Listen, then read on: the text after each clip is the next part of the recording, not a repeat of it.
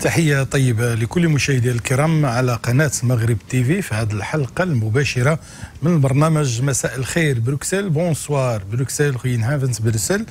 كنرحبوا بكم، كذلك نرحب مرة ثانية بضيفي السيد كوهو حسن اللي هو مهندس صناعي في المواد الفلاحية والتغذية وكذلك أستاذ في العلوم الطبيعية. مرحبا بك مرة ثانية. شكرا على الانفيتاسيون لكم. أكيد كما وعدناكم في الحلقة الماضية أننا سنخصص الحلقة اليوم ودائما في ارتباط وفي علاقة بالبحوث العلمية وكذلك البحث العلمي، وما نهضروا شويش البحث العلمي اللي كيتعلق بالفضاء، وما نسوش الموضوع اللي وعدناكم ديال التغذية والصحة في هذه العلاقة في هذه البحوث العلمية. وأكيد كل شيء كيعرف شنو الكيمياء والفيزياء، وكاين بزاف الاشياء اللي كترتبط بالصحه، لا من الادويه ولا بعض الامراض اللي كتعالج بهذه الامواد بهذه المواد، وكذلك بعض الامراض اللي كتسبب عن طريق هذه المواد. يعني كاين علاقه بيناتهم من خلال ما هو ايجابي وما هو سلبي. اكيد التغذيه كتلعب دور اساسي كذلك في هذا النطاق هذا، واكيد غنستغل انا فرصه الحضور ديالك وانت بروفيسور دو سيونس هنا ببلجيكا، مغربي، نفتخر بك اكيد ونرحب بك مره اخرى. أن نهضروا شويش على التغذيه ديال الشباب المتمدرس، التلاميذ، الطلبه. اكيد الدور ديال التغذيه دور مهم كذلك في حياتهم الدراسيه.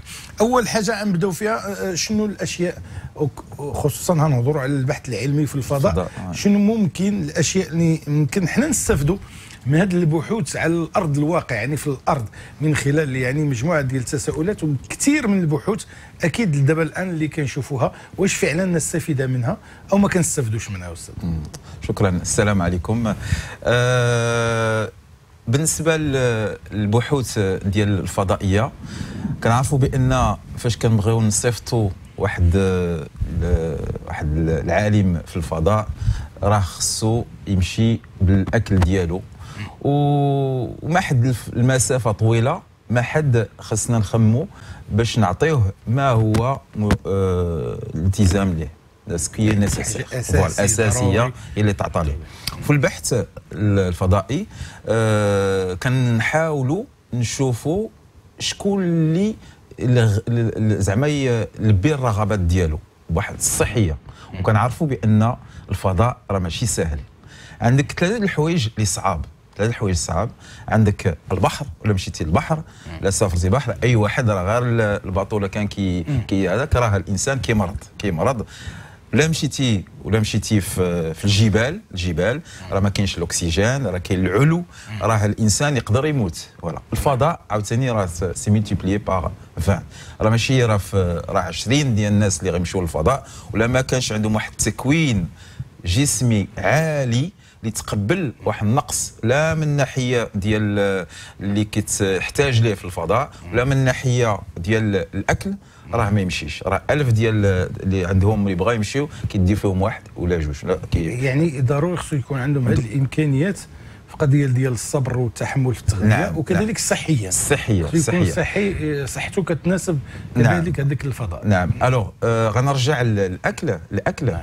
راه كاين ابحاث دابا، الابحاث كبيره بالنسبه للاكل باش نشوفوا كيفاش الاكل ديالنا يكون متكامل، يكون كومبلي، اللي خصو لي فيتامين ديالو، يخصو لي مينيرو ديالو، اللي خصو لي بروتين ديالو، اللي خصو لي غلوسيد ديالو، اللي خصو الدهنيات ديالو، وخصو السكر ديالو.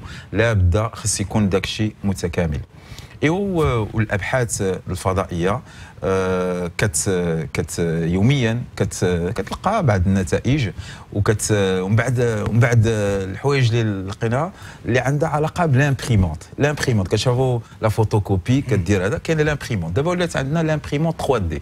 الامبريمونت 3D راه يمكن اولا نصنعوا بها حتى الديور ولا كان فوق مارس، ولكن حتى الاكل ديالنا، لان تصور بان الامبريمونت راه هو ديستريبيسيون ديال لونكر لونكر تصور بان لي ريزيرفوار ديال لونكر يكون فيها لي فيتامين اللي فهو كل واحد على حسب الرغبه ديالو اللي بغى، اللي كاين لان احنا ماشي بحال كان اللي عندنا نقص ديال الفيتامين دي لان ما كاينش الشمس، واخا في المغرب كان عندنا الشمس ما خرجش هذا النقص. انا راه الاغلبيه ديال المغاربه راه عندهم نقص فيتامين دي، ولكن التحليل الدموي كيلقى واحد الفيتامين دي اللي عنده اللي خاصو الفيتامين دي غادي ياخذ الدوز ديالو الفيتامين دي في الاكل، داك الشيء بروغرام. اللي خصو البروتينات يعطوه البروتينات، اللي خصو الدهنيات ياخذ الدهنيات، اللي خصو السكريات لا، اللي خصو لي مينيرو لي اوليغو اليمون لي زوتر اليمون يلبيو هذا. دونك البحث الفضائي مهم، ويمكن هاد النتائج تطبق فوق الارض. والبحث الفضائي لا في الطبي، دونك لا في الطبي بمعنى كتقول لي يطبق في الارض اننا ممكن نستفيد من هذه البحوث الفضائيه في الارض ونكونوا في واحد الشيء. يعني هاد الناس هادو ما بحثوا الا وجبروا نتائج وعندهم النتائج في هذا الاطار هذا. مثال جي بي اس راه نتيجه ديال البحوث دوك ديال في الميليتير هما اللي عطانا هذا. وكاين الان كاين واحد الجي بي اس اللي جاي اوروبي لواحد البحث الفضاء هو اللي غاليليو اللي لحد الان غادي يصيفطوا 19 حتى ل 20 قمر اصطناعي. كاين واحد الروتار كل مره كيصيفطوا القمر الاصطناعي اللي يكون بدقيق. كيقولوا بان هذا الجي بي اس يمكن العمى يمشي في الطريق وبلا غلطه. دابا الجي بي اس امريكان راه عنده اغلاط الا بعض الدول اللي فيهم الحفاري لا غلط يكون بالدقه كيقولوا بان العمى غادي يقدر يمشي يوقف في الضوء الاحمر وبلا ما يشوف ما يعاونوا حتى شي واحد. الجي بي اس هو كيديه. اكيد هذه بعد التطبيقات ديال الفضاء. هذه النقط لان شيء مهم ومفيد، واكيد غنفتحوا النقاش مع المشاهدين الكرام اللي كيسمعونا، لان حنا كنهملوا هذه القضيه ديال التغذيه والصحه وهذا الشيء ديال ما هو علمي. يعني ما كنوروش بعضنا وما كنفقهوش راسنا، ما كنبحثوش، ما عندناش شي معلومات كافيه، وبالتالي بغينا هذه المساله هذه ديال البحوث ديال الفضاء كيفاش حنا نستافدوا منها من الارض. واكيد هناك تجارب مهمه في قضيه التغذيه بعيد على العطاره وديك بعض المتخصصين في التغذيه اللي ما كيستندوش ما هو علمي، وهذا الشيء ديال العلم اساسي. كاين الناس اللي يقراوا في هذا المجال ديال التغذيه، ولكن باش ما نساوش بان هذا الشيء ديال العلم مهم جدا، فيه النصائح وفيه بزاف ديال الرشد. اكيد نستقبلوا عفوا مكالمات ديالكم. يمكن عندي مكالمه. الو يمكن الخط انقطع. اذا الموضوع ديال التغذيه والصحه في علاقه بهذه البحوث العلميه، شنو النتائج ديالها وانعكاسات ديالها على الصحه ديالنا، خصوصا هذه المواد اللي كتدخل في ما هو كيماوي، ما هو يعني شيء كما كنقولوا طبيعي الى غير ذلك. وحنا كندوروا على العلوم الطبيعيه يعني السيونس. كما قلتي كاين مجموعه ديال البحوث اللي استفدنا منها وعرفنا اننا ممكن نستافدوا منها، بحوث اللي هي فضائيه يمكن اننا نستافدوا بها في الارض من خلال تجارب كثيره كما قلتينا فعلا. انا بغيت نهضر على التغذيه، وبغيت نهضر على التغذيه علاش بالضبط المجال العلمي في التغذيه وانعكاسها على الصحه بالضبط. شنو يعني بعض التجارب او بعض البحوث شنو عطاتنا في هذا الاطار هذا ونفيدوا الناس ونستافدوا حتى حنا معكم في هذه الحلقه هذه. الو بالنسبه انا نقسم جو في بارطاجي لي شوز اون دو باش نهضر بالفرنسيه الناس اللي ما كيعرفوش العربيه. جو في بارطاجي لي شوز اون دو. Il y a d'abord le secteur économique. Dans le secteur économique, donc c'est un secteur de consommation. De consommation, on doit consommer. Et un secteur de consommation qui est beaucoup plus plus respectueux de la santé. Et entre les deux, il y a une disparité énorme. Oui. Voilà, شكرا. نعم. Oui. كاين واحد الفرق كبير. كاين اللي غادي كونسومي وغادي لان كاينه واحد لا برودكسيون ايكونوميك اللي خصها كتدفع المواطن باش يكونسوم، وكيكونسومي بالاعمى ما كيخممش كيكونسومي وكيكون فيه الضرر. وكاين جميع التقنيات وكاين بزاف ديال التقنيات اللي كدار، اما كتزيد في السكر ولا كتزيد في الملحه ولا كتزيد في الحوايج. المهم هو الانسان الزاون خصو يكونسومي. Il doit consommer donc le produit et on regarde pas aux conséquences. Bien sûr il y a des vérifications, bien sûr, il y a des normes, etc. Mais souvent, ces normes, ils passent. اكيد نعطيك المجال باش تكملنا في هذا الموضوع هذا بعد هذه المكالمه. الو. السلام عليكم سي منصف. وعليكم السلام سي فؤاد. شعبان مبارك ورمضان مبارك واخا على الابواب. الله يحفظك سي فؤاد. نعم سيدي. كي داير غوايب هذه؟ والله كنت في المغرب سيدي الى البارحه. سيدي على السلامتك. زرنا الوالده شويه ودرنا صله الرحم. عليها غيبت علينا. اذا دابا فهمت. المكالمه كانت مع الاخ تيجيني اللي قمت بها مؤخرا كانت الاسبوع الماضي. بغيت نعرف الموضوع نتاع اليوم سيدي حد الله دخلت وقلت بلا ما نتاخر لان ملي كنتاخر شويه ما كنقدرش ندخل. الموضوع ديال هو امتداد الموضوع ديال البارحه اللي هضرنا على البحث العلمي وتشجيع البحوث العلميه لدى التلاميذ، وهضرنا على ان العلم والبحوث العلميه فيها فائده كثيره على التغذيه على الصحه في المجالات كلها، وبالتالي خدينا اليوم موضوع ديال البحث العلمي في الفضاء، يعني هذيك البحوث اللي كيدوروا الفضاء كيفاش حنا كنستافدوا منها في الارض من خلال البحوث اللي هي ناجحه. والموضوع هو فيه محاور، من المحاور الاساسيه هي التغذيه وانعكاسها على الصحه. يعني كيفاش هذه البحوث هذه بينت بان التغذيه عندها انعكاس على الصحه، وكيف يمكن تكون التغذيه مزيانه باش الصحه ديالنا تكون مزيانه. يعني موضوع يكون في هذا الاطار هذا، وانما كاين محاور اخرين اللي يمكن نهضروا فيهم على حسب رمضان المقبل، نصائح الى غير ذلك في هذا المجال. كذلك نهضروا على التلاميذ والشباب والطلبه اللي هما مقبلين على الامتحانات، كيفاش يمكن يكونوا يعني هما في تغذيه سليمه صحيه اللي يمكن ان يتجاوبوا مع الامتحانات ويكونوا في واحد الحله في واحد الشكل اللي يمكن انه يحققوا ذاك التفوق والنجاح ديالهم. يعني كاين علاقه قضيه ديال التغذيه حتى في الامتحان في التركيز في عده اشياء. هذا صحيح. نعم. للاسف ان البحوث العلميه المقامه حاليا الا في الدول المتقدمه اللي كتقوم بهذه البحوث العلميه. حنا الدول الاسلاميه ما بقيناش كنبحثوا، ما بقيناش كناكلوا داك الشيء اللي كنزرعوا، ما بقيناش كنتداواو بداك الدواء اللي كنصنعوا. حنا لا نصنع الدواء اللي كنتداواو به، ما كنتجوج. اصبحنا يعني الامه العربيه للاسف حنا في هذه المساله ديال البحوث العلميه حنا بعيدين عنها بعد السماء عن الارض، لان حتى المسؤولين ديالنا ماشي كنقول انا كاين عندنا نقص في العلماء، استغفر الله، الناس الاذكياء والعلماء ديالنا خرجوا للخارج، لقاو مجالات اللي ما لقاوهاش في البلدان ديالهم اللي الاصليه. فالخارج كياخذ هاد الناس هادو كيستافد من العقول ديالهم وكيعطيهم افادات دنيويه عباره عن انعكاسات ماديه. اما بالنسبه للاكل يا اخي وعلاقته بالتركيز، هو اكيد اننا اغلب نعم. قبل ما ننسى هناك انني كما قالت لي الزوجه كتبت لي في الورقه، اصبحنا امه استهلاكيه فقط. نعم. للاسف. اما بالنسبه للتلاميذ ديالنا والاطفال ديالنا، الى لاحظتوا في المارشيات اللي كتشوف الامهات، اغلب الناس اللي هما الامهات اللي كيتسوقوا كتشوف الخنشه ديالها عامره بالسكريات، الحلويات اللي هي فيها اكثر نسبه السكر، وكتمشي المتاجر كتلقاهم يشترون لهم فقط المشروبات الغازيه. يعني المادات الفيتامين اصبحت ممنوعه كاع في الدار تدخل. هذا كيؤدي سلبيا على الاطفال. ما بقاش ديك الفتره ديال الامهات ديالنا كانوا كيعطيونا الزبيب، كيعطيونا الكركاع، كيعطيونا اللوز قبل الامتحانات، كنا كنستافدوا، كناخذوا الذره، كناكلوا الشعير، كناكلوا اشياء اللي دابا الطفل حاليا ولا اعطيه سباغيتي، اعطيه المثلجات، اعطيه الفريت، اعطيه البيتزا. يعني كل هذه الاشياء احنا كنعرفوها كيعرفها الاستاذ ديالنا بانها ما كتنفعش اكثر ما هي كتضر، كتخلي الابناء ديالنا يكونوا شويه اوبيز، يعني يكونوا الكيلوات كثيره عندهم، الحركه اصبحت شبه منعدمه نظرا للاطفال، ما بقاش عندك مجال ترفيهي ديال اللعب واستخدام الجسم، كيستخدموا اكثر الحالات الكمبيوتر وبلاي ستيشن والمسائل الاخرى.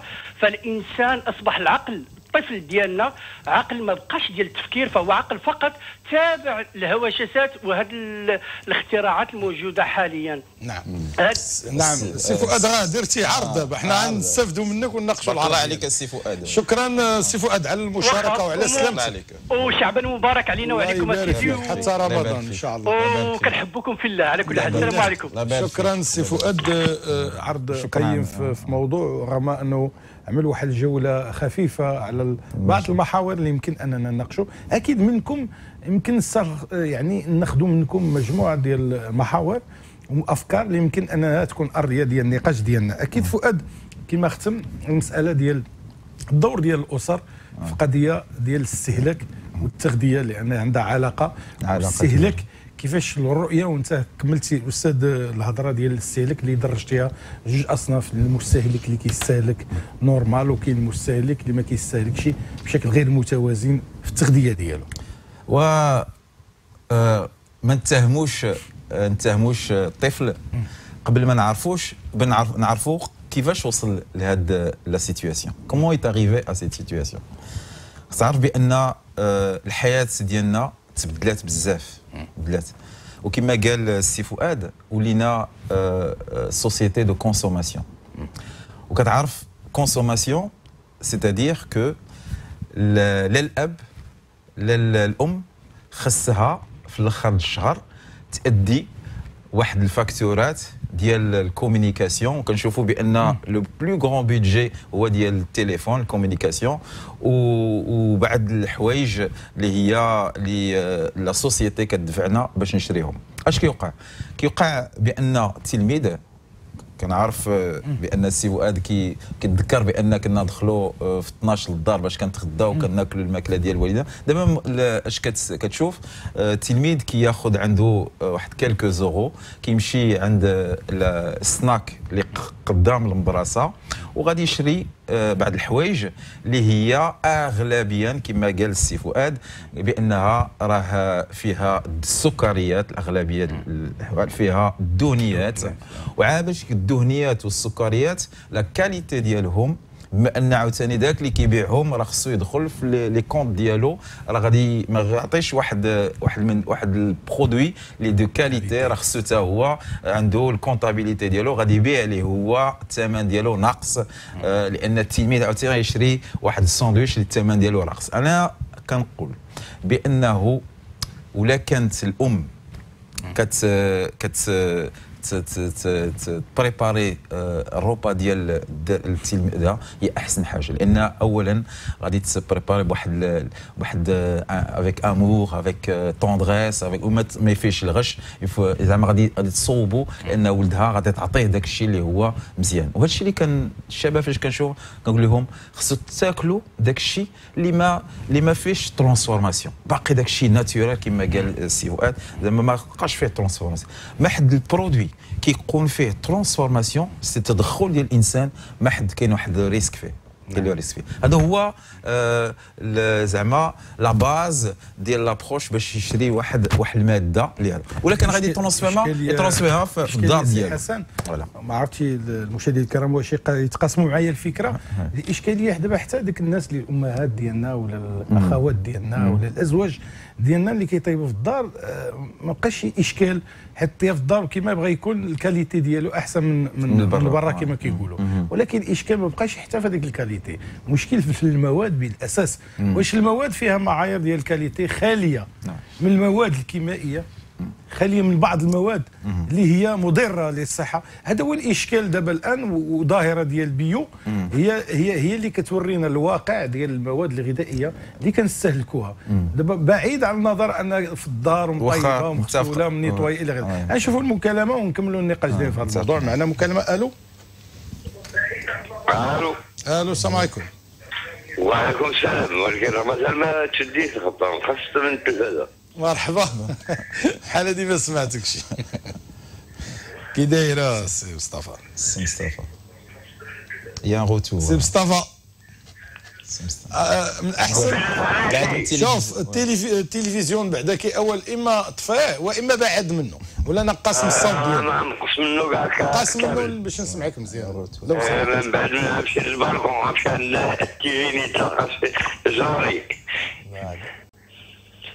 صباح العريشي. كي داير؟ صافا بخير. كي داير سي مصطفى؟ ايوا كي داير العريشي ديالنا؟ الحمد لله الله يجزيك خير. هو البركاني ديما يهضر هو على مكان. انا بغيت باش نشد فيه. ايوا حنا سيدنا عندنا العريش. احنا عندنا المغرب كامل اسي مصطفى. احنا من سيدي لا عريش مدينتي. لا بروكسل القويره، كنت باغي نقول من طنجة القويره. معنا سي حسن من أقا. اقل من الصحراويه. حسن الله عمرها سلعه والله. شكرا بارك الله فيك. لا هذا راه داخل في القلب. وي وهذا العريش. نعم شكرا. الله العريش يعاونكم ونتمنى لك التوفيق. غير حاله وحده العريشي ديالي ما كاينش اللي قيسو. هو اللي قاسو راه مشى. على حسب المعلومات ديالي ان شاء الله العام الجاي وسام الرضا. الله يحفظك. نعم صاحب الجلاله. الله يحفظك يا سيدي. غيكون لا على حسب المعلومات ديالي. الله يحفظك يا سيدي. انا راه ما في المخابرات ما في والو. ولكن العريسي خليو لي العريسي كما كاين الباقيين. الله يحفظك. باش كيجاوب وديما ضحك على السكع هذا. العريش عندها علاقه. سي مصطفى ديال العريش. وي سي مصطفى ما نطرح حتى سؤال. هذاك الاخ مسكين كيتكلم بكلمات طيبه. سي مصطفى وكيقول الهضره معقوله. الله يحفظك. هذا هو اللي هو مهم عندي انايا. والسي مصطفى شكرا سي مصطفى على المكالمه ديالك ومرحبا بك وتوحشناك وتحيه خاصه مني ليك ولكل العريشيين وكل المغاربه اكيد. جوستومون المغاربه تفضل يا سي حسن. جوستومون العريش في التاريخ ديالها داروا منها زعما بعض الحضارات وبعض هذا من الحضاره اليونانيه. وجوستومون من تقنيات التصبير ديال الاكل كان هو ذاك الطون اللي كانوا كيديروه في لي جاخ اللي كان هذا. شوف سبحان الله جات في العلاقه باقي ديك الاحواض مازال باقي الاحواض اللي كان في التاريخ هذا. وفي الابحاث العلميه حاولوا يصوبوا ذاك الاكل وشافوا ولكن ذاك الاكل فيه صحه ولكن المذاق ديالو ما عرف كيفاش كياكلوه. ما فيه مذاق ولكن كان زعما فاش العسكر كياكلوه كانت فيه كيعطيهم واحد القوه كبيره. العلاقه ما بين العريش اكيد هذه العمليه باقا حتى العريش كانت معروفه بهذه القضيه ديال الصبر ديال السمك ومازال بعض الشركات للاسف ما بقاوش كثير مازال. سي مصطفى كنشكروه. كنهضروا على التغذيه كما قلت لك وطرحت تساؤلات في المشكل التغذيه الان في اطار الفلاحه وانت مهندس يعني في الصناعه الفلاحيه والغذائيه يعني صناعي اندستريال. عندك علاقه بهذا الدومين وبهذا الموضوع بالضبط شنو يمكن تقول لنا تفيدنا في الموضوع؟ الوغ كما قال السي فؤاد قبيله والسي مصطفى حتى هو دابا كتعرف بان حنايا عايشين في واحد المجتمع ديال الكونسوماسيون. الكونسوماسيون شنو هو؟ خص لا برودكسيون ماكسيموم باش الفلاح يدخل في البيدجي ديالو. باش يدخل في البيدجي ديالو خصو يستعمل بعض المواد. كاين ثلاثه المواد اللي كتستعمل اللي هي باش تحمي المنتوج ديالو. كاين كنسميهم لي دونك لي برودوي فيتوفارماسيوتيك. كاين لي زيربيسيد اللي كيتسالي بالسيد راه هو اللي كيقتل الهربيسيد هو اللي كيقتل لي زيرب. كاين لي زانسيكتيسيد اللي كيقتل لي زانسيكت وكاين لي فونجيسيد اللي كيقتل لي شامبينيون. هاد المواد كلها كما قلتي قبيله راه فهمتك قلتي لي بان واخا الانسان كيشري الخضره وكيدخلها للدار راه كيدخل بها هاد المواد. والكثير الشيء بان هذه المواد كتبقى في الجلفه ديال الخضره كتدخلها في الجلفه الخضره. فعلا قبل كنا كنشريو وكنمشيو للسوق كنا متاكدين بان ديك الماده اللي كنشريوها راه طبيعيه. وللاسف الان الواحد ما بقاش زعما بات هذه المواد اللي كتستعمل وما بقاش زعما هذا خصو الانسان يكون على حذر. وحتى ولا شرا البرودوي ديال الاليمون البطاطا ولا مطيشه ولا الخضره يحاول يدير باحتياطات يشوف منين جات واش كاين تحاليل دارت قبل هذا واش دازت. قبل كنا كنشريو ديريكتومون عند الكونسوماتور. دابا من الاحسن دوز من الكونترول تشوف هذا الفلاح واش استعمل ادويه. هذا الدور ديال الدوله يستعمل اللي كتراقب وكتشوف. حنا كمواطنين وكنستعملوا كنستهلكوا هذه المواد وربما تكون مواد فيها مواد سامه او مضره للصحه. شنو النصائح اللي ممكن الناس وخصوصا كاين بزاف ديال النساء ربات البيوت اللي كيتابعوا البرنامج ويمكن نقدموا لهم النصيحه لان كنسمعوا النصائح كثيره وانما بغينا نصيحه يعني في جانب اخر نسمعوا النصيحه لان كنسمعوا خصك تغسل الحاجه الى غير ذلك. شنو ممكن تفيدنا في هذا؟ الوغ قبل ما نهضر على لا كاليتي ديال لو برودوي اللي غادي تشرى نهضر على المسائل اللي يمكن الواحد يجتنبها. كاين هذيك لا بيراميد اليمونتير. لا بيراميد اليمونتير اش فيها؟ في الراس ديالها كاين الحوايج اللي خصها تكونسوما بواحد زعما افيك اون بوتيت كونتيتي ماشي بزاف. وكاين اللي لتحت في زعما اللي متنوعه وكبيره في لا باز ديال لا بيراميد، كاين اللي فيها المواد اللي خصها اللي يمكن الانسان يكونسومها بحال الماء، بحال الفواكه، بحال الخضره، بحال شي حوايج اللي مزيانه. ومع غادي هذاك البيراميد حتى كنوصلوا بحال المسائل كالزيوت كالسكر اللي الواحد خص يجتنبها. وللاسف كنشوف بان جوستومون الشباب ديالنا والناس كيكونسومو بزاف ديال هاد المواد يوميا.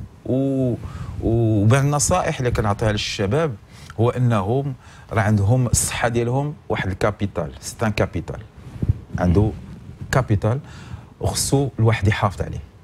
بحال عنده واحد الكونتيتي ديال الصحه خصو يحافظ عليها، وما حدو ما كيحافظش عليها الا داك الكابيتال كيمشي ليه وكيقدر ماشي في الصغر ديالو، من بعد يقدر ياثر مع الامراض اللي كيبانوا بحال الديابيت، بحال لوبيزيتي كما قال السي فؤاد، بحال بزاف ديال المرض كيبداو. ولكن ما حد في الصغر ديالو، وهذه التربيه وكنتمنى الله بان حتى في المدرسه خصنا التكوين ديال الشباب ويكون عاوتاني اوسع باش يتعلموا يشوفوا شنو هو اللي مزال لهم شنو اللي مضر لهم. وبعض الحوايج اللي خصها تدار هي تنقص من هاد المواد. وكنشوف بان لا سوسيتي ديال الكونسوماسيون للاسف كتدفع الكونسوماسيون ديال هاد لي برودوي. كتشوف كاع لي برودوي. نقف هنايا في هذه القضيه كتدفع. نشوفوا مكالمه ورأي. الو السلام عليكم. وعليكم السلام. معكم مروان بريكسل. مرحبا سي مروان، تفضل. ربي يخليك الاساتذه. المهم انا بغيت يعني نبارطاجي معكم واحد التجربه. مرحبا، تفضل. شخصيه اللي ما بغيتش نفهمها شنو هي. نعم. المهم انا كانوا جاونا عندي شي ضياف ومشيت للسوق وشريت تفاح. داك لي بوم. المهم ديك التفاح ما تنكلش، بقى منه وانا ما كناكلش التفاح. ايوا بقاو 3 تفاحات. ديك 3 تفاحات ما بغاوش يخماجوا بوندون 3 موا. سيتي دي مومي. بقاو كيما هما. يعني ما فهمتش علاش التفاح ولا هيدا، علاش لي برودوي ولا هيدا ما كيبغيو يخماجوا. حنا كنعرفوا في الوقت كانت التفاحه اذا بقات تبقى سيمانه 2 سيمانات ماكسيموم كتخمج. دابا هادو لا، كتبقى التفاحه بالكولور ديالها ما كاينه فيها، ما كيوقع لها والو، ما كتخمج ما والو. واش شنو هذا؟ واش العلم اللي يعمل هادشي هذا ولا شي دي برودوي ولا؟ بغيت شي توضيح. داكور، كنشكرك السي مروان على التساؤل ديالكم. شكرا. واكيد انا باغي لكم اليوم تبروفيتيو شويش في الاسئله، وخصوصا الحضور معايا واللي هو مهندس فلاحي وفي التغذيه وفي الصناعي، يعني في الهندسه الصناعيه الفلاحيه والاليمونطاسيون التغذيه، يعني تجربه واستاذ في العلوم الطبيعيه هنا ببلجيكا. بغينا تستافدوا منه علميا باش ما نبقاوش غنهضروا، لان كاين الكلام كثير في هذه القضيه ديال التغذيه وبعض الظواهر وبعض الحويجات اللي ممكن حنايا نبغيو استفسار عليها ونعرفوها من خلال الجانب العلمي. يعني كنهضر الجانب العلمي، لان لا جبت لك واحد في العطاره يهضر لك بلغه اخرى بثقافه اخرى بالتشبع بتجربه اخرى. يعني بغينا نستافدوا من كل واحد على حسب التجارب ديالو. السي مروان يتساءل.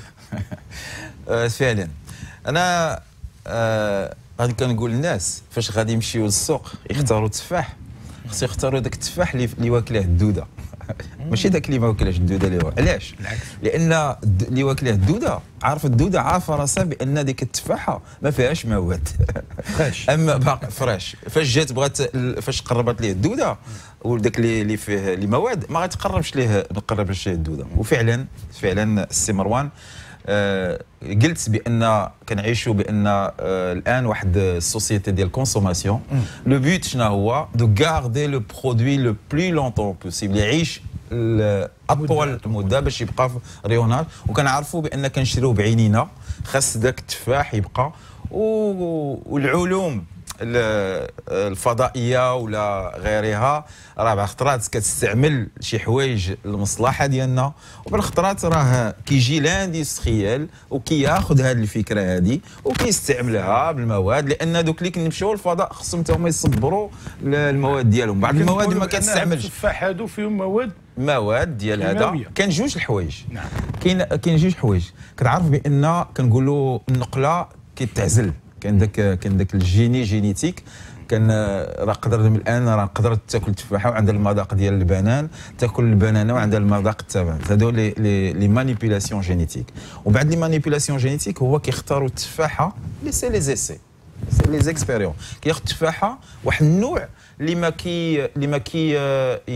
ما زعما il va pas pourrir tout de suite، ما كيخمش دغيا. غادي ياخذ العزله حتى في الزرع، غادي ياخذ الزرع الاختيار ذاك المختار. علاش؟ لان ما غاديش يمرض دغيا وما غاديش هذا ديفا جينيتيكمون راه عنده واحد الريزيستونس كيكونسير. خلاصه هذا التفاح كما كيتسأل مراد يعني فيها مواد اللي هي مواد كيماويه. بغيت نسمع منك. فوالا دونك قلت جوج حوايج، اما مواد كيماويه ولا الاختيار. داك النوع ديال التفاح عنده هذا الاختصاص، هذا واحد لان كنعزلوا الخبراء كيديروا دي زيكسبيريونس باش كيعزلوا واحد النقله، واحد النوع ديال التفاح اللي كيصبر بزاف.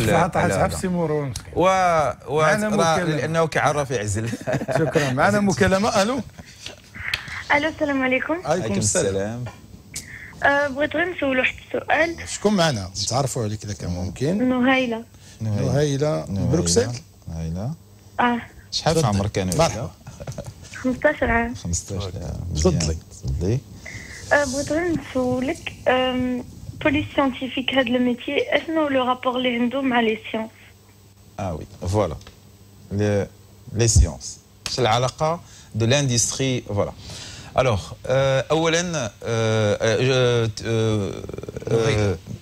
Noëlla, vous voulez que je vous parle en français? C'est plus simple pour vous? En arabe? En français, c'est mieux. C'est la même chose. Alors, je vais parler en français, ça permet de profiter pour tout le monde. Voilà, d'abord, merci pour la question, qu'elle est intéressante. Alors, pour le lien entre l'ingénieur, industrie agroalimentaire, d'abord, ça consiste à quoi? D'abord, étudier l'ensemble des industries, que la transformation de sucre, la transformation du lait, donc le lait en poudre, le fromage, le beurre, donc toute la technologie, donc transformation, plus toutes les dérivés, les boissons, la conservation des boissons, des aliments, la transformation de la viande. Donc c'est des études approfondies. Mais vous savez que tout ce qui est agroalimentaire, pour qu'il soit transformé, il faut connaître donc la matière qui compose le produit. Un produit, il est composé de quoi? Il est composé de l'eau, il est composé des minéraux, il est composé des protéines, il est composé des lipides, il est composé donc des glucides. Le produit, il est transformé parce que ça nous intéresse parce qu'on veut, par exemple, si dans la fabrication de sucre, c'est le betterave, parce qu'il y a à peu près 18% de sucre, c'est les techniques de séparation, récupérer le sucre que je vais concentrer. Si je prends le lait, ce qui m'intéresse, c'est le donia, donc c'est le beurre. Et puis, ou bien le fromage aussi, parce que dans le lait, il y a des protéines, il y a des lipides, il y a aussi le lactose, les glucides donc, du lait. Et puis, vous avez les protéines aussi, on sait donc les récupérer pour les fabrications, ne fût-ce que le gluten qu'on rajoute dans les pâtes et dans le pain, etc. Maintenant, les études pour scientifiques qui orientent vers l'ingénierat de l'industrie agroalimentaire. L'industrie agroalimentaire, ce n'est que la chimie de l'agriculture. Donc l'agriculteur, il va planter les betteraves, il va planter le maïs, il va planter du blé, de l'orge, des tomates, etc. L'ingénieur agronome, il va dans l'entreprise, il va suivre que ce soit sur le plan technologique ou bien sur le plan de santé, le suivi, donc sur le plan de santé, la vérification bactériologique, etc. pour voir que est-ce que le produit est propre à la consommation. C'est l'AFSCA, donc l'agence fédérale de la sécurité alimentaire qui effectuent ça. Donc c'est des ingénieurs donc agroalimentaires qui font ça. Alors pour avoir donc donc cette orientation, c'est des études scientifiques. Et on l'encourage parce qu'on a besoin. Et justement, avec les acteurs de l'agence spatiale, ils veulent des femmes dans ce secteur. Et ils proposent des formations. Donc, il ne faut pas avoir, si vous êtes une jeune fille, il ne faut pas avoir peur d'aller d'orientation scientifique. Ça vous permet de garantir du travail. Et puis, pour faire la publicité, on gagne 2, 3, 4 fois plus que les autres secteurs. وهضرنا على الحلقه السابقه على التوجيه وهذا نوع من التوجيه وهذا توجيه بشكل مباشر لجميع الطلبه والامهات والاباء ينصحوا اولادهم انهم في اطار التوجيه المدرسي يتوجهوا لهذه العلوم الطبيعيه لي سيونس لان فيها مستقبل وهضرنا على هذه المساله هذه اكيد وحنا الان مازال كنستافدوا من هذه القضيه ديال العلوم الطبيعيه وكتدخل في القضيه ديال التغذيه والصحه نهضروا شويش على الصحه كذلك باش من هي الوقت ما غير كافي اكيد ولكن نعملوا شويش من كل موضوع معين اللي اختاريناه على اساس ان تكون الفائده. الصحه اكيد عندها علاقه بالبحث العلمي. نعم هي ككل لا في الادوات ديالها ولا في الادويه ولا في العلاجات ولا مجموعه ديال الحويجات اللي كتدخل في هذه القضيه.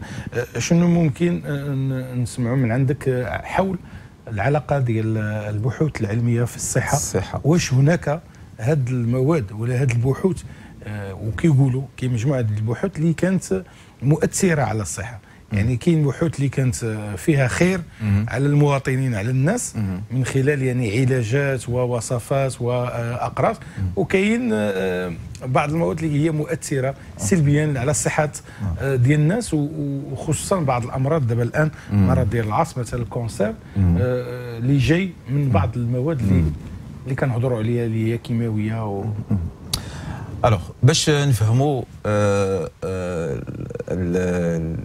l'alimentation, les conséquences ديال النفاست المضره على الجسم غنفهموا دابا هضرتي لي على الكونسير ولكن ما كاينش غير الكونسير، كاين بعض الامراض كوم الديابيت كاين بزاف. الوغ باش نقولوا بان الباحثين هما اللي هما السبب في الامراض، لا. كيفاش الانسان كيستعمل هذا البحث؟ راه السكين راه اللي هو كنستعملو غير باش يقطع حاجه، راه نقدر نستعملو كسلاح. دونك خص كيفاش الناس ديال الاخص ديال البرودكسيون اندستريال كومون كيفاش كيستعملوا هاد الابحاث هذا. والاغلبيه الهدف ديالهم شكون هو؟ وهما يدخلوا الفلوس. باش يدخلوا الفلوس خصو يبيعوا، خصو يجلبوا المشتري. فاش كتدخل السوبر مارشي وكتشوف بان البونبون ولي شيبس محطوطين في الريوناج ديال التحت، علاش؟ راه باش الطفل يمشي يهزهم. راه كاين ابحاث وحتى الموسيقى اللي كيديروا لك في هذاك باش تمشي تشري باللون راه باش تجلب، وما كتشوفش شنو واش مضر ولا ماشي مضر. وحتى ولا كانت شي حاجه اللي شافها ما يمكنش تخليك باش تشري هذه الماده، راه كاين تقنيات وكاين ناس. وهذا هذه الابحاث هذه راه في الاولى كانت غاديه لواحد النطاق اللي هي مفيد، وكاين تستعمل عاوتاني نطاق غير مفيد. كاين كيزيدوا السكر راه مزيان الصحه السكر، وكاين الاكثريه ديالو اللي صعيبه. كيقول لك بانه بالفرنسيه tout est toxique rien n'est toxique c'est la dose qui est mortelle. كل شيء مضر وحتى شي حاجه مضره، راه الاكثريه من الحاجه هي اللي كتقتل. خص الواحد كيفاش يستعمل الماده ولا يستعملها بواحد الطريقه ذكيه، بلا غنهضروا من بعد على رمضان، بلا بواحد الكونسوماسيون بالتفكير بلا حتى شي حاجه، وواحد النظام. راه الانسان ومن الصغر هادشي راه خصو يبدا من الصغر. خصنا نربيو التربيه من الصغر من المدرسه. الطفل البارح هضرنا على الطفل في الابتدائي، من خص في المواد ديال اللي كتعلم لها. دونك في في لي سوجي لي ابوردي بار لو جون تري تو دون ليكول خصو يتعلم هادشي. وهاد الاقتراحات اللي الاختصاصيين ديال التعليم كيشوفوها، لان كيشوفوا بان الان خاص ليدوكاسيون على لا كونسوماسيون. ليدوكاسيون على الكونسوماسيون ولات كدار بعض الابحاث في المدارس باش يشوفوا كيفاش الطفل يتعامل مع حتى الفلوس، لان ما كاين حتى شي حاجه اللي كتوري الولد كيفاش. وحتى حنايا راه اوني با بارفي، حنا كادولت راه ماشي بارفي. علاش؟ واش كنوضوا الصباح كنقولوا خصنا اللي خص هذه، خص طول الفيتامين، تل بروتين، كناكلوا غير هكا على الله، كنقولوا فوالا يمكن باغ بروبابيليتي يمكن هذه راه تقدر تلبي لي هذاك. واخا كنديروا الاحتياطات، اغلبيه الاوقات راه كيكون واحد النقص، ما شربش اما 7 ديال الخضار، ما اكلتش، ما شربتش الماء، بقطات ما كنشربش الماء بزاف ديالها. فعلا كتطرح وكنناقشوا هذه القضيه ديال التغذيه والصحه، لان عندهم علاقه، وحتى القضيه ديال البحوث العلمي عنده علاقه في هذا الموضوع. حنا كنهضروا في اطار هذه العلاقه بيناتهم. والتساؤل اللي يمكن نطرحوه وكنطرحوه، واش حنا كنعرفوا شنو كناكلوا؟ السؤال اللي يمكن نطرحوه، واش عندنا حنا برنامج غذائي في حياتنا؟ بعد هي الاولى، واش عندنا برنامج في الصباح كنعرف عندي برنامج شنو ناكل وشنو الوجبات، بحال داك الشيء ديال المخيم. المخيم كيعطيو البروغرام ديال المقتصديه كيكون فيها الجراماج، اللحم قدا وقدا ديال الجراماج، يعني بروتيدات الى غير ذلك، المواد لي فيغ اللي فيهم يعني الفيتامينات، كل شيء مقسمه على حسب المواد. الوجبه ديال اليوم كيفاش كتقسم، كيفاش كتدرج، بالتالي باش الطفل كياخذ كل ما يفيد هذاك النهار هذا من السعيرات الحراريه ومن الفيتامينات ومن مجموعه الحويجات اللي كياخذها في اطار الشكل ديالو. فقط ما كيكونش عندنا برنامج وما كيكونش ضبط وتوازن في القضيه ديال التغذيه، اكيد كيتسبب عليه امراض. وهنا كتدخل الصحه، والامراض فيها ادويه والعقاقير اللي كتدخل حتى هي في التركيبه ديالها العلميه، ممكن تكون مضره وممكن تكون مفيده. نوقفوا مع المكالمه ونخليك تجاوبني مهم هادشي اللي قلت مزيان، بزاف هذا الشيء اللي قلتي. الو السلام عليكم. وعليكم السلام. لا شو بغيت ندخل في واحد شكون معنا؟ نعم مرحبا. بالخير من بروكسل. بالخير، شرفنا بالخير. نسمعك، تفضل. بالخير. وي الموضوع مهم جدا، وكنشكركم على الموضوع. شكرا. لان صحه المواطن قبل كل شيء. وشنو هو غير بغيت ننبه المواطن، لانني كمفتش في الشركات لاغرو اليمونتير في بروكسل وفي الوالوني لمده هذه. سي لافسكا. لا ماشي لافسكا، سي جوست كندير النيتواياج ابري لاخر بور بريباري لي ماشين. وي ديزانفيكسيون. فوالا افيك لي برودوي شيميك. تري امبورطون، مهم بزاف. برودوي شيميك. فوالا لان عندي بليس كون ديزان ديزين كو جو ديريج. اون فيت جوست بور باش ندير اتونسيون للناس اللي كياكلوا، لان وقعت واحد 2 زون الناس مشاو كلاو لاطارت، مشاو وقع شي فوميسمون، ومن بعد تشكاو الناس وبقاو كيقلبوا منين جا داك لا مالادي. فهمت السورس. فهمت. وفي الاول بقاو اتاكيو النيتواياج، سيتي با بيان نيتوايي. مي على فان دي كونت باش ما نطولش عليكم، نخليو الاخوه يتابعوا الاخر. باش نقول لكم بان بارفوا لا مالادي، مثلا لا ديوكسين، ربما الاخ راك يعرف ça remonte à longtemps, plus que 2 ans, la dioxine. Oui. Voilà, exact. وهي ils ont trouvé que ça vient du blé, ou le blé جاي من كندا. فهمت؟ سي تري امبورطون باش الناس كيعرفوا. فهمت؟ لان بارفوا لا مالادي ما كتجيب عن طريق لو بلي، ما كتجيش عن طريق اللي كيسميتو. غير ان بتيت اكزومبل.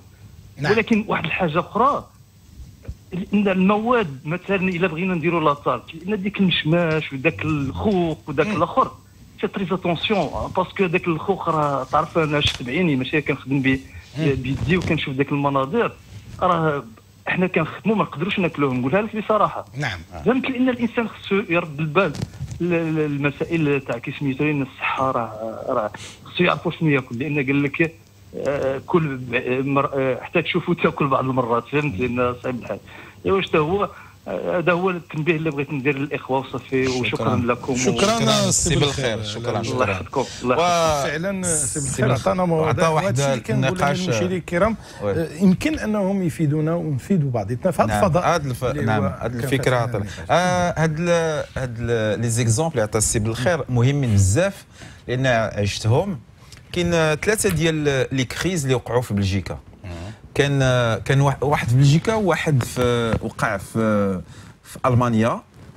ودونك في بلجيكا القضيه ديال الديوكسين اش وقع. هاد الديوكسين كتعرف بان عباش لافاش فول حتى هو دونك اليو اس بي لا موديل اليو اس بي. دونك وقع الديوكسين هي اللي قديمه بزاف. كانت واحد الشركه اش دارت كتصنع الاكل ديال الدجاج.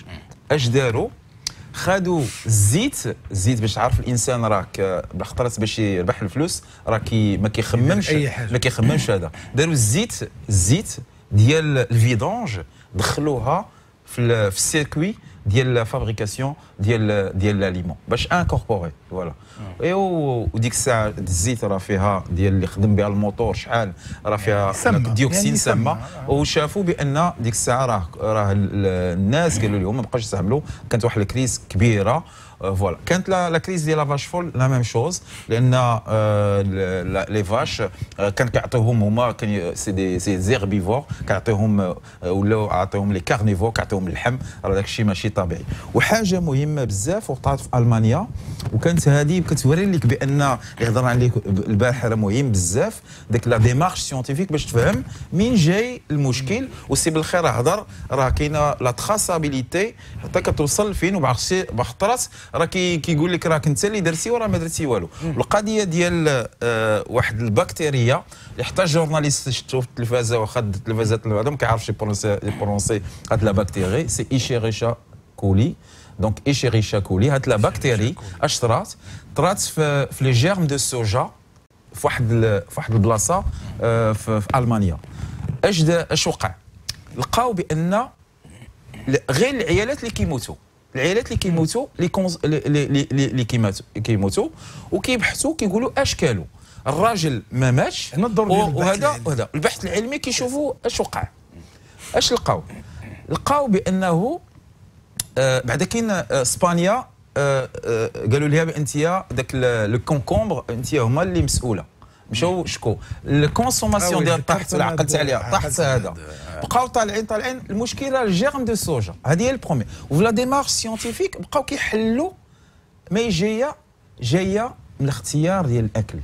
بما ان المراه كدير ريجيم كتدخل للريستورون كتاخذ الشلاضه والشلاضه هي اللي فيها لي جيرم دو سوجا اللي فيها هذيك لا بكتيري ايشيريشيا كولي اللي مضره بزاف. الراجل كيدخل ريستورون كياكل الستيك والفريت ما وقع عليه حتى شي حاجه. المراه كتحافظ على الجسم ديالها غير هذه المحافظه على الصحه بالخطر كتحافظ على الصحه وكطيح فيك. داك اش كلت ماشي هذاك سي لي جيرم ديال السوجا هما اللي كانت فيهم هذه لا بكتيري. وكان واحد الوقت داز واحد الوقت باش لقاو هذا. وهذا واحد ديمارش سيونتيفيك اللي هي كتمكن باش تفهموا بور فوار اش وقع فيها. وكان ليبوتيز قالوا سي كوا ليبوتيز فكره كل عطى الفكره كانت خاطئه في هذا في الاول. on a supprimé باش بالاكسبيريمونطاسيون طلعنا في السيركوي ديال لا فابريكاسيون. كتعرفوا بان نابورت كال برودوي الا كاينه سكون ابل لا تراسابيليتي باش حتى ولا وقع شي مشكل كنطلعوا مين جاي حتى هذا. بالخير هضر على بزاف نقاط اساسيه وما يمكنش نمروا عليها. واكيد حتى انت ما هضرتوا ديال المعلبات الفيرمين اللي هضر عليها بعض الاشياء اللي ما كنستهلكوها وما كنعطيوهاش قيمه. وكما اننا بعض الناس كيشروا حتى ذاك لا دات راه ما كيشوفش كاع في واش كاين ولا ماشي كاين. معنا مكالمه. الو السلام عليكم. وعليكم السلام. تسلم عليكم وعواشكم بارك الله يبارك فيك. شكون معنا؟ محمد من سانجوس. سي محمد مرحبا. الله يبارك فيك سي محمد. الله يبارك فيك. المهم غير بغيت شكرا عليكم على الموضوع اللي التتمه ديال الموضوع ديال البارح. بغيت غير يعني الاخوان المغاربه من ناحيه الماكله اللي كناكلوا عامه يعني اللي كيشريو الناس مثلا لا شاركوتري هذه خلاص يغطوا فيها البال بزاف. وباخص المشكل ديال المركاز وديال الكفته. المركاز راك عارف ما بناش يتكون راه الجزائر ماشي غادي يجيب اللحم والشحمه ويعطيك داك الشيء الطري ويديرو، راه هذاك الشيء اللي شاطلو فهمتيني، يزيد عليه شويه ديال لاصوص وتعطيك المذاق زوين، ولكن راك ما عرفتش السم اللي بنادم كياكلو. وفي نفس الوقت خلص كما قلنا لا شاركوتي راه خلطه والمواد الناش مصنوعه، زيد عليها ديك لي هوت دوغ يعني كو سوا يعني لي زامبرغر ولا فهمتيني. نعم. وما كاع اللي عنده علاقه بلي زامبرغر فهمتيني بجميع الاشكال ديالو والانواع ديال لي فورم ديالو، يعني بغيت نبه الاخوه يردوا البال بزاف على القضيه هذه، وما فيها باش للامهات ترد البال مع وليداتها، ماشي ديما غيصيفطوهم السناك، يمكن لو يدير لهم دي ساندويتش بلا فورم ديال السناك فهمتيني، داكشي اللي غادي ياكلوا في السناك يعني بديك الزواقه وديك اللوانات، يمكن لا دير له ساندويتش يعني تشري مثلا الخبز مدور ودير به دي ساندويتش هكاك، ولا تشري مثلا الكومير وتنوع له، راه ما كايناش غير المرقه، راه طبقنا بالمرقه، راه تبارك الله المطبخ المغربي راه فيه بزاف ما يداروا فيه، لا في اللحم ديالو ولا في الشلايط ديالو ولا كل شيء، راه بزاف ما يدار، ما فيها بس يعني العيالات ينقصوا من النميمه وردوا البال بهذا الشيء هذا، يتقصوا شوميشه تبارك الله عليكم. سي محمد شكرا سي محمد. وفي العمر ديال البرنامج ما بقاش الكثير، وانما بغيت في هذه القضيه هنا كندخلوا دابا كنهضروا على النصائح والارشادات والمعلومات اللي ممكن ان نوقيو راسنا من بعض الاساليب والسلوك ديالنا، حيت هذا سلوك ومعامله ديالنا مع التغذيه اللي كتاثر على الصحه، والصحه يعني كتدخل في هذه العلاقه بيناتهم. نهضروا حنا مقبلين على شهر رمضان ان شاء الله قريبا، وبغينا نهضروا نربطوا هذا الموضوع ديال النصائح والوقايه والخطوره ديال بعض المواد، خصوصا في رمضان اللي كيكون فيه استهلاكات يعني غير عاديه. يعني بعد هذه المكالمه اللي غتكون اخيره غنفتحوا المجال نهضروا على خطرنا. اخر مكالمه. الو الو خاط من قبل. كاين جوج واحد النقاط تسالتيهم باش ما تنساش، وانا هادو العلاقه ديال لا كونسوماسيون في رمضان ولا غير ماشي في رمضان. هضرتي قبيله على النصائح اللي نقدروا نعطيها ديجا للتلاميذ. اكيد واحد الظاهره خص يعرفها المشاهد اللي ولات عندنا في المدارس، وانه التلاميذ ولا عندهم واحد المشكل ديال الحساسه الالرجي، وهذا عنده علاقه كبيره بالاكل. الالرجي بالنسبه للجلوتين، الالرجي بالنسبه للمواد كثيره، وهذا عنده علاقه بالوسيله والطريقه اللي كنكونسومي لها البرودوي. كما قال سي محمد، قال لك بان الشاركوري تو سا عاوتاني الرابور سا لا سوسيتي دو كونسوماتور، رابور دو كاليتي اي بري. فاش كتشري حاجه ناقصه الثمن ديالها، لا المركز لا لا لا راه مضره.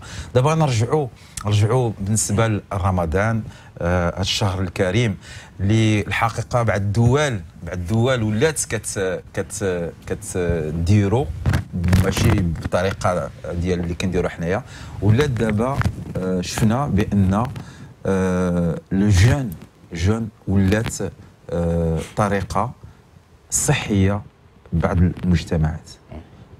علاش؟ شفنا بان الذات ديالنا فاش لان لو جون راه كتعطي الراحه للذات ديالك. علاش كدير الراحه ديالك؟ باش حتى دوك لي توكسين بانك كتاكل، واخا تاكل المسائل اللي مزيانه كتعطيه واحد الوقت باش يمشي بالماء وغير ذلك. كتعطي هذا الشهر هذا الانسان كي الذات ديالو كيعطيها شويه ديال الراحه، ولكن الماكله اللي غادي ياخذ تكون بالتوازن. خص واحد ليكيليب اليمونتير كثير. غادي نرجع لهذه القضيه، نهضر على لي جون ولات في المجتمع، واحد الموضه ولات المجتمع الاوكسيدونتال. الناس ولاو كيصوموا لان لاحظوا بان الذات ولا ما كانتش كتستعمل لي سيلول ديالها، زعما كتخليهم الراحه، كتدخلهم اون سورت دي هيبرناسيون، كتخلي لي توكسين يتحيدوا، ولكن ما يمكنش لك تحيد ديك التوكسين او ميم طون كتكونسومي في لاليمونطاسيون. كدير الذات ديالك كتغات اليميني في لي توكسين. ولي جون هو اللي مهم. لو جون مهم، ولا كان الانسان عاوتاني ولا فاش غادي ياكل غياكل بواحد الطريقه اللي هي مزيانه الصحه ديالو. كنعرفوا بان في هذا شهر رمضان اول حاجه اللي ما كناخذوهاش هو الماء. الماء راه مهم. المهم الواحد فاش غادي يفطر حتى الناس كيطرحوا تسئله كيقول لك غنشرب الحريره، يشرب القهوه، يشرب عصير. لا ما يبقالوش الوقت باش يشرب. اولا نعم. كنعرفوا كيفاش كل واحد خصو يفهم الذات ديالو كيفاش كيفاش يتعامل مع الذات ديالو مع الذات. ما قدرش ما كاينش واحد لا روسيت لهذا السيد ولا هذا السيد ولا هذا السيد، ولكن لا روسيت جينيرال هو ان في هذا الشهر الانسان خصو يدير جميع الاحتياطات باش يعامل الذات ديالو بواحد الطريقه اللي هي زعما واحد ذكيه وما يدوا با بروتاليزي لو كور ديالو. غير هو الفطور غادي ياكل اي حاجه. اولا خصو يستافد بهذا رمضان ويقلل من الماكله، ويعوض الذات ديالو. ماشي زعما كنعرفوا البيدجي ديال رمضان راه سي جوج، راه الدول الاقتصاديه راه من ناحيه لا كونسوماسيون كيتمناو تكون عندهم رمضان اكثر من الايام العاديه. عاديه البيدجي ديال لا كونسوماسيون كنشوفوا هذا الشيء في المغرب راه سي بور لي ايكونوميست رمضان سي سا دوب لا كونسوماسيون. الانسان راه البيدجي راه كيتملتيبلي او مينيموم باغ دو يعني لو بيدجي ديال في رمضان حتى هنايا. لا وهذا بالنسبه لي ايكونوميست راه تمناو تكون في لا سوسيتي لان لا سوسيتي ترافاي افيك لا كونسوماسيون. ولكن يقدر الانسان يختار بعض المواد، يجتنب اولا على الدهنيات والسكريات. كنشوفوا الواحد بانه فاش غادي ياكل السكر، الحوايج السكر. اغلبيه رمضان كياكلوا السكريات اكثر من وهي والدهنيات. ماشي الحاجه اللي فيها ماشي مزيان خصو يتجنب هذا الشيء. اذا الماء مهم واساسي خصوصا في رمضان الماء خص. لان علاش؟ لان الذات ديالك راه الماء كيتبخر والذات ديالك راه الا ما كانش الماء راه يمكنش لي سيلول ديالك يفونكسيوني دو فاسون زعما واحد ليكيليبر بواحد بجديه. ديجا رمضان واي حاجه اللي كتدفع باش الكونسوماسيون ديال الماء ديال الذات ديالك يجتنبها. الرياضه الصباح ولا حتى الحمام ولا الحوايج ديال الثقافه ديال الماء حنا ما عندناش بصراحه باش نقولوها، وما فيها عيب. حنا كنعرفوا الماء هو الماء. كاين اللي كيقول لك الماء هو ماشي على الماء اللي هو نورمال، وانما الماء كيتجلى في اتاي وفي قهوه والغازات والى غير ذلك في مواد اخرى اللي فيها الماء. يعني يمكن يكونوا حتى الفواكه الى غير ذلك اللي فيها الماء. بالتالي الثقافه الماء حنا ما عارفينش واش كنهضروا على الماء اللي هو نورمال ولا كنهضروا على الماء اللي في المواد. ثانيا كاين الناس اللي كيهضروا او كاين اشياء اخرى اللي هي الان علميه. الماء اللي كيسميوه الماء القاعدي والماء الحمضي. كاين اشياء اخرى اللي كتعلق بالماء، وحنايا يعني كمواطنين واللي كنستهلكوا ما عندناش هذه الثقافه. شنو الراي ديالك خصوصا انت كتعامل مادام انت مهندس في الصناعه الغذائيه وكذا، يعني داخله فيها الماء، وشنو يمكن تفيدنا في هذه القضيه ديال الماء؟ الوغ القاعده الاساسيه كما كان لا سورس ديال الماء في الجو دورانج. اتونسيون كنرجع كنقول بان لوبيزيتي لا سورس ديالها هي لي بواسون سكري. لي بواسون سكري الواحد يتجنبهم. راه من بعد المشاكل اللي عند لي جون ديالنا اللي كياكلوا. راك تعرف كاس ديال كوكا كولا شحال فيه، ولا بعد المواد السكر اللي فيها السكر راه شحال فيه اخرى من غير السكر اللي هي مواد الكره، فيه الاسيد فوسفوريك، فيه لي كونسيرفاتور اكسيتيرا، فيه الفوسفور ديال المغرب، فيه مواد اخرى. الوغ الماء كيما كان لا سورس ديالو راه مهم. كاين الماء كيكون في الخضره، كيكون في اتاي، كيكون راه بحال الماء الطبيعي ولا هذا. غير خاص الماء الطبيعي راه فيه لي مينيرو، والمينيرو راه محتاج لهم. ولكن انت كتاكل حوايج اخرين اللي فيهم اللي ريبون لي بوزوان ديالك من تو سكي مينيرو، ما كاين حتى شي مشكل. ولا ما كنتيش كتاخذ المواد اللي فيها لي مينيرو راه خصك تبدا تشرب الماء لان فيهم المينيرو اللي اساسيا لتكوين ديال تسيير الذات ديالنا. لان هاد لي مينيرو كتسمى لي زيليغو اليمون اللي قلال ما خصوش نكونسومي بهم كثر، ولكن مهمين بزاف. بعض الخطرات راه الحاجه خصها تصوب في الذات ديالك.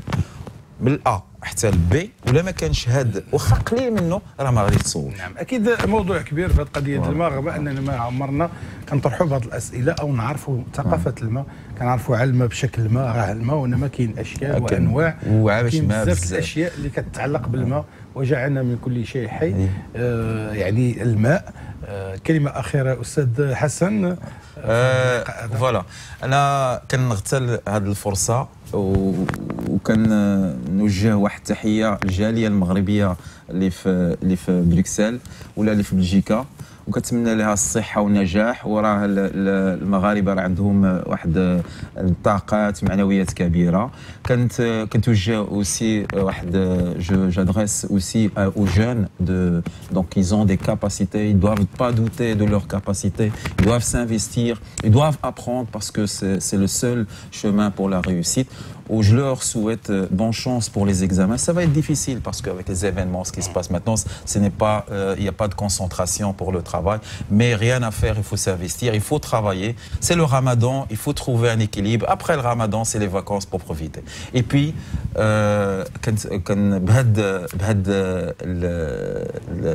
vraiment المناسبة الكبيرة تعتبر من ابرز الذكريات اللي كنحتفلوا بها حتى في المغرب، التي كيعتز بها هذه البلاد ديالنا. وشكرا على هذه الفرصه اللي تحت باش نكون تواصل مع الجاليه المغربيه. وشكرا لك سي حسن كون، مهندس صناعي فلاحي تغذيه، وهي عندها سميه اخرى حنا لخصناها. وكنعتذر بزاف لان هضرت بالعربيه والفرنسيه، وغادي نجهد وان شاء الله باش التمازيغ نتعلم لها ان شاء الله باش نواجه. شكرا استاذ حسكوه، استاذ في العلوم الطبيعيه هنا بلجيكا ومهندس في الصناعه الفلاحيه الغذائيه. كنشكركم على حسن الانتباه، كنضربوا لكم موعد غدا ان شاء الله. مع السلامه.